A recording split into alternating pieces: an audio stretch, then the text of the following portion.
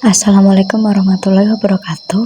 Di sini saya akan menjelaskan materi tentang pembelajaran IPA, yaitu terkait benarkah energi akan habis. Maka dari itu, marilah kita simak videonya. Terkait tujuan pembelajarannya, yaitu yang pertama menjelaskan pengertian energi dan mengidentifikasi berbagai bentuk energi yang ada di sekitar kita. Yang kedua, memberikan contoh sumber energi yang tidak dapat diperbarui dan dapat diperbarui, serta menganalisis dampak penggunaannya terhadap lingkungan.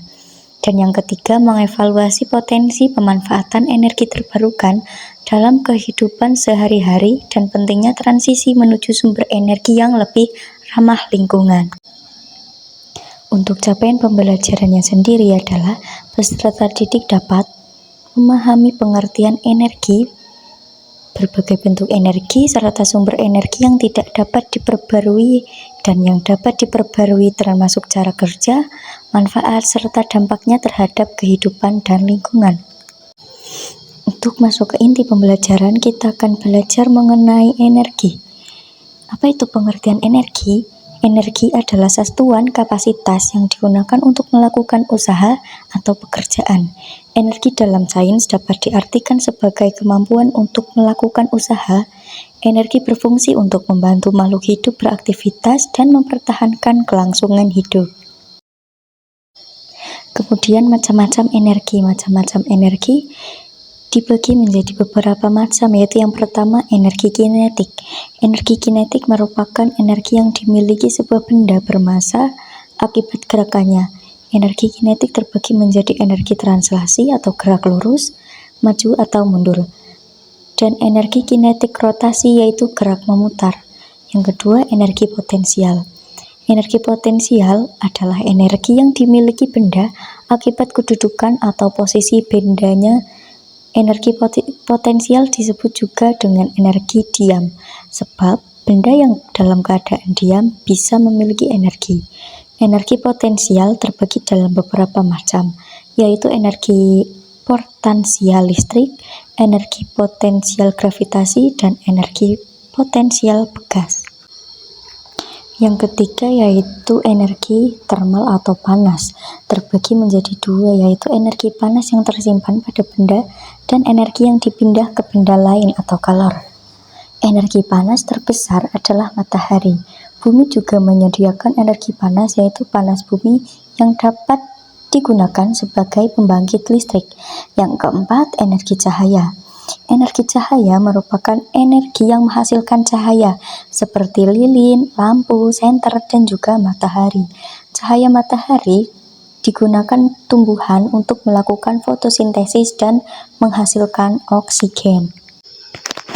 Selanjutnya, energi listrik. Energi listrik adalah energi yang dihasilkan oleh arus listrik yang bekerja pada sebuah perangkat listrik. Contoh energi listrik itu ada pada baterai atau aki, petir, juga belut listrik.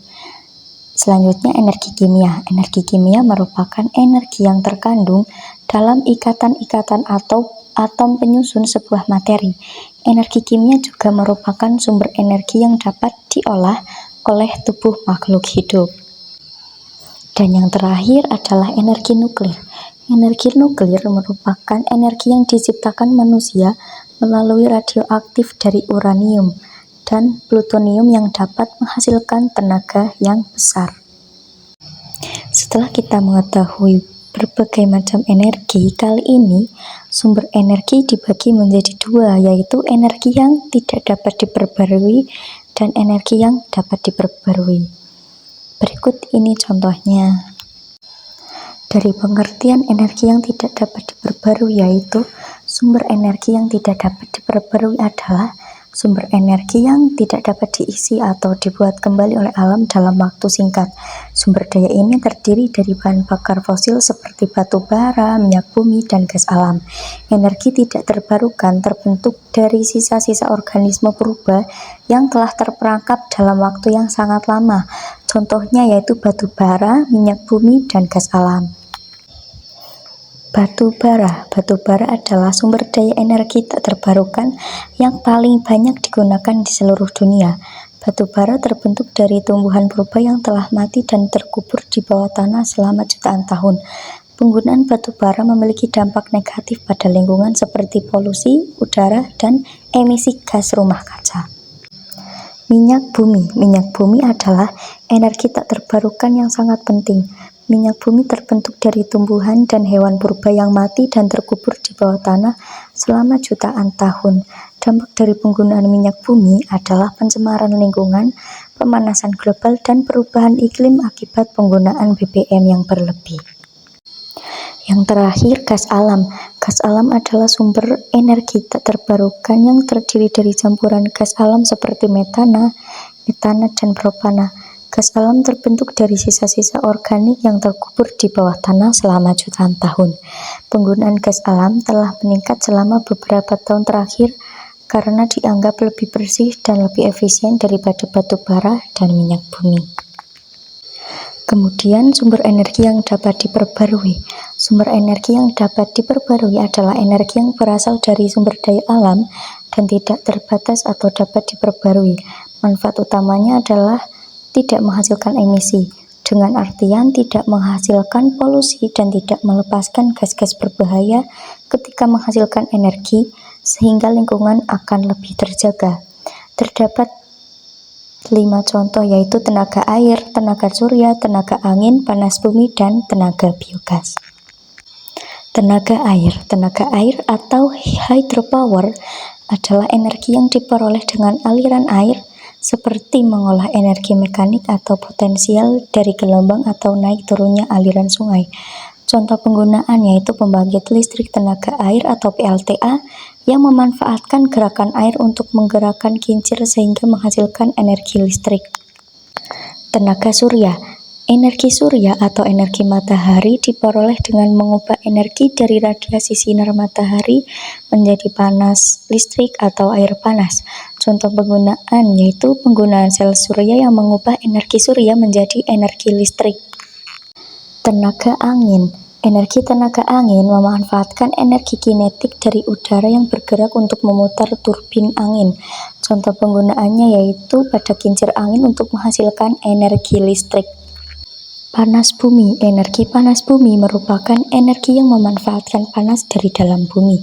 Contoh penggunaannya yaitu PLTP atau pembangkit listrik tenaga panas bumi, yaitu memanfaatkan gerak turbin yang digerakkan oleh panas bumi sehingga menghasilkan energi listrik. Yang terakhir yaitu biogas. Energi biogas merupakan energi yang berasal dari limbah organik seperti kotoran sapi, sampah dedaunan, dan sampah-sampah dari organisme yang belum lama mati atau organisme hidup yang telah diolah melalui proses anaerobic digestion dengan bantuan bakteri anaerob.